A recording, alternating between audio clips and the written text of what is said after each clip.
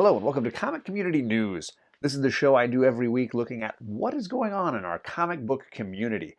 Looking at books coming out next week so you don't miss anything important. Looking at reviews of what I've been reading lately to let you know what's good to skip or maybe look out for.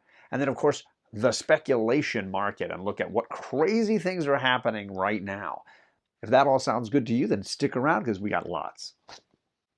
That's right, our top story tonight, as always, is the comic book speculation market, or as we like to call it around here, the Wolverine of Wall Street. Looking at books and what they're worth, those hot characters, those up-and-coming characters, those movie and TV speculation guesses, what's happening in comic books right now. And I want to shout out a bunch of you who've been leaving comments on these videos because it got me thinking about a really interesting idea for this segment this week. I want to talk about low-grade older books versus 9/8 modern books. That was a very hot discussion through several of these videos, and I think I want to take a little time out to dive a little bit deeper into this conversation. I posted on my Instagram a debate question looking at low-grade 1.0 Silver Age versus 9/8 modern books, and almost every single person picked the low-grade older book, which is what I expected, but that almost spurred me on. I'm a bit of a contrarian, so it made me wonder maybe there's something else here that could be dived into. All right, so first up, let's get rid of one of the two big misconceptions here. The two ways to look about this are, am I buying this for me, for my personal collection, or am I buying this as an investment item? Because this determines everything you're going to be doing. Basically, I'm doing this as an investment discussion because if you're buying this for your personal collection, then none of what I'm going to say matters and none of anybody else's opinions matter. You're buying a book for you and your collection. So what grade you choose and how much you're willing to spend is based on you personally. So if this is a book that's key for you, buy the book that means something to you. Instead, I'm talking about investing. And if you're investing in a comic book, firstly, not the best decision we probably ever made, but secondly, let's make some smart choices if we possibly can. So when it comes to an investment comic book and you're looking at choosing between a low grade, maybe a 1.0 of a Silver Age key, versus a 9.8 modern key, I feel like three main areas determine which way you should go. And first among them is going to be future prospects. What are the chances that this character or this key book will be appearing and moving beyond in the future this single issue? That is going to really determine a lot of the long-term value for a comic. I feel like if there's very limited future prospects, or if you get the sense that there's nothing on the horizon for that character, that might persuade you to go one way or the other. In my head for this example, I was kind of using a low-grade silver, kind of like this Scarecrow first appearance here, versus a 9/8 modern, a Batman Who Laughs, if you will, and kind of looking at what are the prospects of seeing Scarecrow in a movie upcoming versus seeing Batman Who Laughs in an upcoming movie. Or inversely, in a new comic book storyline, what are the odds that Batman Who Laughs in 10 or 20 years is going to be reappearing a lot more versus Scarecrow? And I think that is going to be based on your perception of where fandom is right now and where fandom will be going forward. The second area is interest. How high is the interest level for this character? That's two layers to that because certainly fandom has its layer of interest, but then of course writer-creators have their layers. If no writers and no creators are interested in writing about that character, it's possible they will struggle to find a foothold in comics or other media. So where does the interest lie and will it continue to stay that way? Shout out to some of you who left comments on my other videos saying that a character like Batman Who Laughs or Punchline could potentially be a lot more popular down the road because the fans reading them now are a lot younger. And as they grow up, they will want the characters from their youth to appear on screen and appear in future stories. Much the same way that Bane or Doomsday might be popular for people in my generation who read them growing up.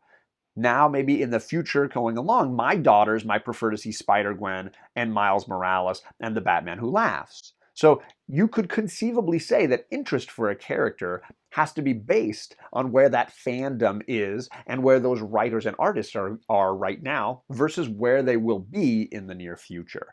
Third on my list is longevity. Does this character have longevity and popularity over time? There are always villains and heroes popping up and then fading away. I mean, there are so many Spider iterations.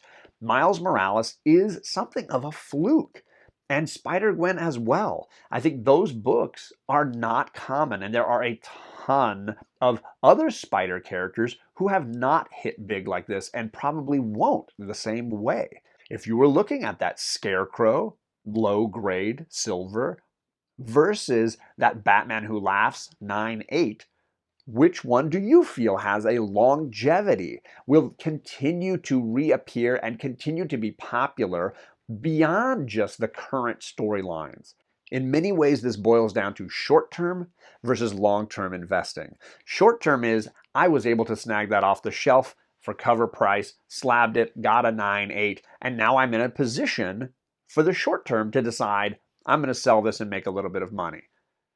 Long term is I'm going to buy it after that character's already been popular. I'm going to intentionally buy it in a 9/8 because I think I can hold on to it, and over a significant period of time, that book will rise. Are you getting this character at the beginning of their popularity, or are you getting them where they're going to be popular long term? The last thing I want to mention that might push you into that 9/8 over the older Silver Age book, shocker even for me, is the fact that when books spike in the Silver Age, those lower grades, those 1.0s, those 0.5s, those 2.0s, don't often explode the same way.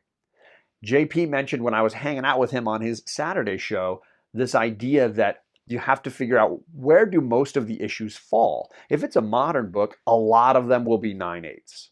If it's a Silver Age book, the majority might be in that 4.0, 5.0 range. So once you start buying a 1.0, you're buying a book that is on the lower scale, and there's a lot more options in the middle to high grade. So in that way, you're buying a book that might not go up as rapidly or as significantly as possible. All of this adds up to a giant question mark for me. I thought it was a pretty straightforward concept. Low grade silver over 9/8 modern, but it's really a case-by-case basis and something you've got to decide for yourself. Do I truly believe the long-term value of a book in a 9/8 modern will outpace a lower grade 1.0 silver key? Some of that is going to be personal preference and view of the market. Some of that is just going to be luck and hope. So my hope for you is that you watched a little bit of this and got some ideas on how you can view these comic books and make a decision that makes sense for you. In my head, I was thinking a lot about a $200 investment, a $200 9/8 modern book, or a $200 low-grade Silver Age book. How do you choose when they are on a level playing field right now in this moment? Normally, I'd be giving you a red light, yellow light, green light, but I've got nothing but question marks. I feel like the Riddler in some ways here. This is something I would love to hear from you about. Where do you think the market should be going for these books? Where do you think your investing will go in the future? If you had that $200 choice between a low-grade 1 2.0 Silver Age book and a 9/8 modern key, where do you put your money? John, now back to you. Thank you, John. Yes, where you view the market going in those 9/8s, moderns, or those low-grade Avenger 2 Silver Age books, it's going to be a thing of perspective, but I'm happy to hear your comments on it. But we're going to move on now to look at reviews, some of those hot books on the shelves at your LCS, and what we're thinking about these books. I want to start off by talking about X-Men issue 21, the final issue in the Jonathan Hickman X-Men run. He's still overseeing everything, and he will be writing Inferno in the near future, but this was the final issue in his sort of scattered look across the X-universe X-Men run. Issue 21 was a Hellfire Gala tie-in, and we got some stories with Namor the Submariner and the announcement of the new X-Men team and some setup for where things might be going in the near future for this Hickman universe. I thought it was a very, very good issue overall. I love the new team. I think you got some great members on there. Laura Kinney, I'm a big fan of the all-new Wolverine. Of course, Jean and Scott, great characters. Polaris is on there, which I wasn't expecting. I thought that was a really clever pick. I'm questioning the Sunfire decision. Not a big fan of that character. I think he's usually quite annoying and rude. It's a little hard to say goodbye to the Jonathan Hickman X-Men, but I think we're in really good hands. So, big fan of issue 21 of X-Men. Next up, of course, from DC, I have to talk about Far Sector issue 12, the end of Far Sector, the end of that first great story arc. And yeah, this just has really just been a treat. I'm looking forward to a nice hardcover collecting all 12 issues because it's really going to be something special to reread. It was a slower issue 12 than I had predicted, but I think this is what happens when you do these maxi series, these 12-issue series. Issue 11 is the banger where a lot of the stuff goes down. Issue 12 wraps it up, and then there's usually a little bit of a lull where you see kind of where characters end up. It seems to be the state of things with 12-issue series. But I did like the finish. I did like seeing Jo get a chance to relax a little bit, think about where she fits into the Green Lantern universe, and really own her persona as a Lantern. So, big fan, thumbs up for Far Sector 12. My final review is going to be for Die, issue 17. We're diving deeper into the dark dungeon of Die, down inside where the core powers lie. And of course, getting into some of the deeper mythologies layered underneath. There's even some fun Cthulhu references for those of you that are Cthulhu fans. I love the monsters that we're getting, and of course, we're peeling back layers of our heroes.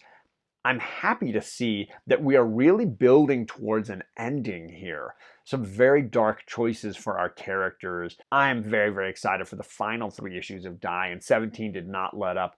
Beautiful art. Beautiful Stephanie Hahn's artwork, and I'm looking forward to the final 3. That's it for reviews. Now back to you, John, for a look ahead.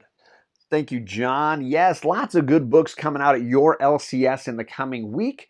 But I gotta say, I've just been really disappointed by a lot of the big stuff coming from Marvel and DC, so I'm not sure how big my pull list will be coming up on the 26th of June. From DC, one of the big books I'm looking forward to is probably going to be Robin, issue 3. I thought issue 2 was kind of fun. I think they're diving into what this competition on the island is going to be, so I am curious for more, but I'm not loving it. Like most of the things at DC, it's starting to wane a little bit for me. I'm not sure if I'm going to be going beyond issue 3. Joshua Williamson's really got to hit a home run here for me to make me keep going with this Robin story arc. I like it. I'm just not loving it yet. Over at Marvel, I'm really only getting X titles. We've got Wolverine, issue number 13, which I'm enjoying. We've gotten away from the vampires into the Hellfire Gala, and he's roughing it up with Deadpool, so I'm looking forward to this. This looks like it'll be a lot of fun, so I'm looking forward to that. We've got the new Way of X book, which probably is the most consistent current X title that I'm really enjoying. Marauders right there with it. So this is going to be a lot of fun, seeing how they deal with the Hellfire Gala through the lens of Nightcrawler and his sort of creation of a Krakoa religion. Indies have been way more consistent for me lately, and there are 3 series that I've been loving that are definitely going to be hot on my list. We got the new Something's Killing the Children. The first issue of this new arc was great. That was a very clever setup issue, and I think this is going to pay off on that in a big way. So yeah, definitely getting more Something's Killing the Children. We've also got the new Phantom on the Scan issue from Cullen Bunn, which I've been really enjoying this. It's got some creepy science fiction vibes without being like straight up horror. Really enjoying it. So definitely grabbing that. And then my pick of the week is, of course, Philadelphia. This has been great. It's been back with full energy. Rodney Barnes is killing it. And the cover B is probably my favorite cover of the week. Really great artwork. This is going to be another just fun story arc from this series. So can't recommend it enough. This is my pick of the week, Philadelphia. John, back to you. Thank you, John. And that wraps it up for us. This has been another Comic Community News, where we look at all the things going on in the comic book community and try to recommend to you where things are going and what you should be watching out for. As always, leave us some comments of how you felt about the things we've discussed this week. We are part of Tag Team Thursday, and in the description down below, I got all these great channels you should definitely be checking out. Click on the links, and we're moving on to the next show for Tag Team Thursday. Stay classy, comic book community. Bye.